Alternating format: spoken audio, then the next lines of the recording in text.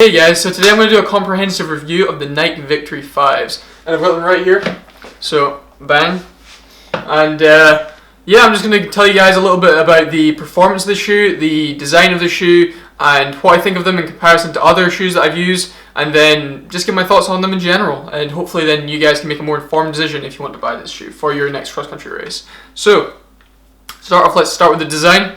What makes this shoe unique is that it's got a carbon fiber plate in the front. So it's in the shape of a horseshoe, so it's not a full-length carbon fiber plate that's found on the Nike Vaporfly that you might have heard of, but it is a carbon fiber plate nonetheless. And in this case, it's mainly used for stability of the shoe on rough terrain, but I have found when I've used this shoe on the track and on the grass that it really does give you an extra pop-off, especially if you're a 4-foot runner, and that's what I'd recommend this shoe for. If you're a solid 4-foot runner, then I would recommend this shoe because you get that pop-off on the run. Anyway, next is the shoe design in terms of how narrow it is. So this is a very slim shoe, and I had to go up a full size because this one is so narrow. Fortunately, I got one in the size up there. They seem to be pretty sold out, but this is a size 11 and I'm actually a size 10, and this only just fits my feet. It's very narrow through the midsection of the shoe, and it's a really snug fit, which makes it terrific.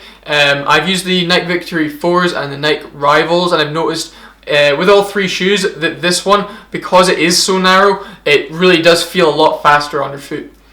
And next, it's designed in terms of being waterproof. So the other shoes that I've used, a lot of them are using synthetic material or cotton material. Well, this is actually really it's a waterproof material, but it's actually plastic. So it means that, yeah, it doesn't retain any water when you're on the track or when you're when you know, out there shredding it up. So yeah, I used these shoes on the track last Saturday, and I did 8 by 1,000 meters on them. I've actually got a video if you want to check that out. But I used these shoes for that workout, and they had a lot of cushion underfoot, so I could do the entire, I think the workout ended up being like 7 miles total, and yeah, they were totally comfortable to use for that entire time, no pain. On the last mile, I started to feel my calves getting a little bit torn up, but the cushion underfoot was definitely good up till 10k. But yeah, so on Saturday on the track, it was raining. The whole track was a puddle. It was at least an inch of water around the entire track. And I used these shoes, and I swear they didn't retain any water at all. It was really surprising. The first lap of the track was just as fast as the last lap of the track, if not faster, and these shoes stayed just as springy. So I've not used them on a muddy course yet, but I assume that when I do, they're going to have that pop-off and not retain any water like they did on the track on Saturday. So another big advantage of these shoes if you're planning on going on a muddy course, opposed to your competitors who are using cotton or synthetic counterpart for their shoes. Anyway, on to the next one. So finally, I'd like to just say, with all the design features being said and my sort of performance review of the shoe, who is this shoe for?